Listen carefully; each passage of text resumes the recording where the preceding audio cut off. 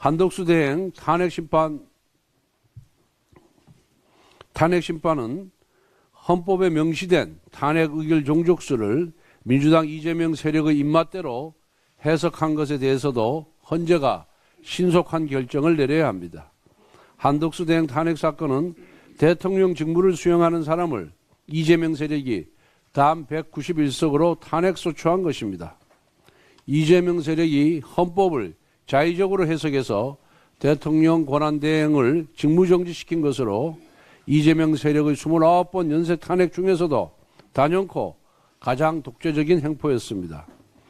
헌재가 의결 종족수 문제에 대한 판단을 회피하면서 민주당 의도대로 한덕수 대행 직무정지를 장기화시키는 것 자체가 이재명 세력의 탄핵 독재에 침묵하고 굴복하는 것입니다. 지난 11일 민주당 이재명 대표가 김어준의 뉴스공장에 출연했습니다. 민주당은 가짜 뉴스 단속하겠다고 법석을 떨더니 정작 당 대표는 직업적인 음모론자와 만나 희희낙낙거리고 있습니다. 게다가 유튜브에서 이재명 대표는 공직선거법 위반 2심 판결은 3월에 있고 대법원 확정 판결은 2달 안에 불가능하다고 했습니다. 당 대표가 선거법 위반으로 재판받는 것도 부끄러운데 재판 일정을 가늠하며 너스레를 떠는 모습이 참으로 경박하기 짝이 없습니다. 이재명 대표는 재판이 빨리 진행되는 것에 불만이 없다라고 했습니다. 2심에서 불리한 판결이 나오지도 않을 것이라고 했습니다. 그렇게 자신 있는 사람이 왜 소송기록 통지서를 이사불명, 폐문부재로 수령 거부했습니까? 왜 또 위헌법률 심판 제청을 했습니까? 범죄 혐의자가 입으로는 무죄를 주장하면서 발로는 도주하는 꼴입니다. 정치인이 혀와 발이 따로 움직이니 이 얼마나 불우한 짓입니까?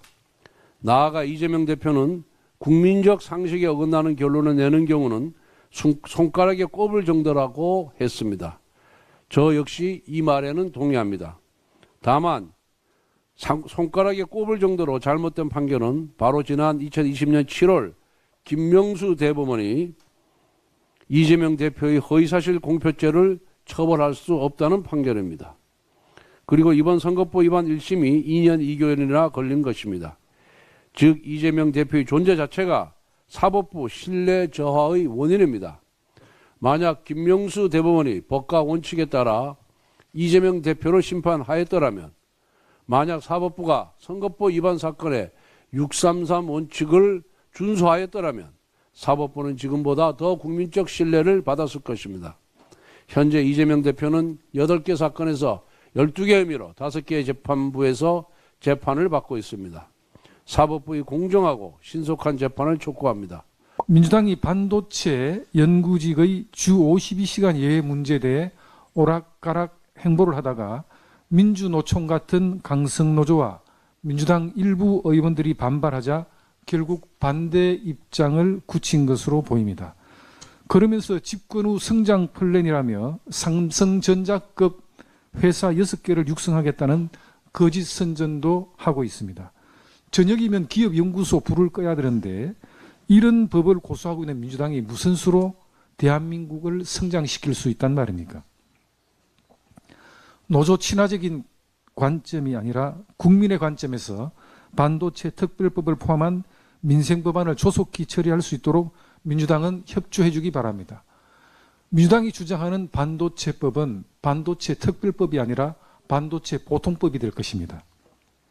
주 52시간 예외 문제를 제외한 반도체 특별법이 아닌 반도체 보통법이 아닌 반도체 특별법을 처리하는데 민주당은 같이 보조를 맞춰주시고 대한민국 경제가 더욱더 진일보할 수 있도록 협조해 주시기 바랍니다. 이재명식 실용주의는 그때그때 입장을 바꾸는 것을 말하는 듯합니다. 아무리 좋은 비전이라 할지라도 어제 말이 다르고 오늘 말이 다르면 과연 그 비전에 진정성이 있겠습니까? 정치인의 일관성은 신뢰와도 일맥상통합니다. 불과 일주일 전만 해도 이 대표는 특정 산업의 연구개발 분야 고소득 전문가들이 동의할 경우 예외로 몰아서 일하게 해주자는 게 왜 안 되느냐 하니 할 말이 없더라고 주 52시간 적용 예외의 전향적 입장을 보이는 듯 하더니 반대에 부딪히자마자 장시간 노동과 노동 착취로 국제 경쟁력을 확보하겠다는 말 자체가 모순이다라고 급하게 말을 바꿨습니다. 추경 편성에 AI 개발 예산을 조건으로 붙여놓고선 추경 편성에 꼭 필요하다면 특정 항목을 굳이 고집하지 않겠다고 합니다. 트레이드 마크처럼 들고 다녔던 기본사회 공약에 대해 재검토를 고민하고 있다라고 하더니 또 말을 바꿔 기본사회를 위한 회복과 성장위원회를 설치하겠다고 했습니다. 성급한 우클릭 행보가 반대에 부딪히니 다시 급하게 선회하는 모양새입니다. 진정성도 신뢰는커녕 깊은 고민도 없어 보입니다. 참 혼란스럽습니다. 이재명 대표와 민주당이 말하는 실용이라는 것이 아니면 말고와 다를 게 없어 보입니다. 이 대표의 말 바꾸기보다 더 심각한 것이 또 하나 있습니다. 거짓말입니다. 본인의 재판에 대해 빨리 정리되는 게 좋은 만큼 불만은 없다라고 했습니다. 1심 선고 후에 변호인 선임을 지연시켰고 사법 절차를 악용해 위헌법률 심판 제청을 신청하며 의도적으로 재판을 지연시키려 한 이 대표의 꼼수를 대한민국에 모르는 사람이 없습니다. 뻔뻔한 말 바꾸기, 노골적 거짓말로 국민을 속일 수 있을 것이라는 착각을 버리고 현실을 직시하십시오. 민주당의 고질적 상습적인 특검병이 또다시 발병했습니다.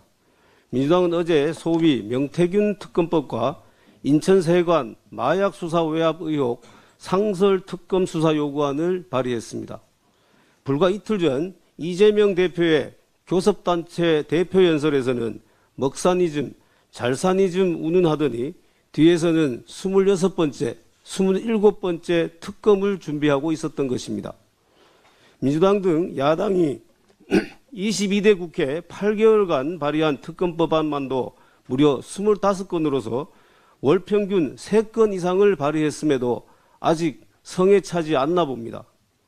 주시하다시피 특검은 행정부에 속한 수사 기능을 입법부가 행사하는 것이기에 예외적 보충적으로 발동되어야 함에도 민주당은 이를 사실상 상설화함으로써 특검을 민주당 산하 특검청으로 만들려 하고 있습니다.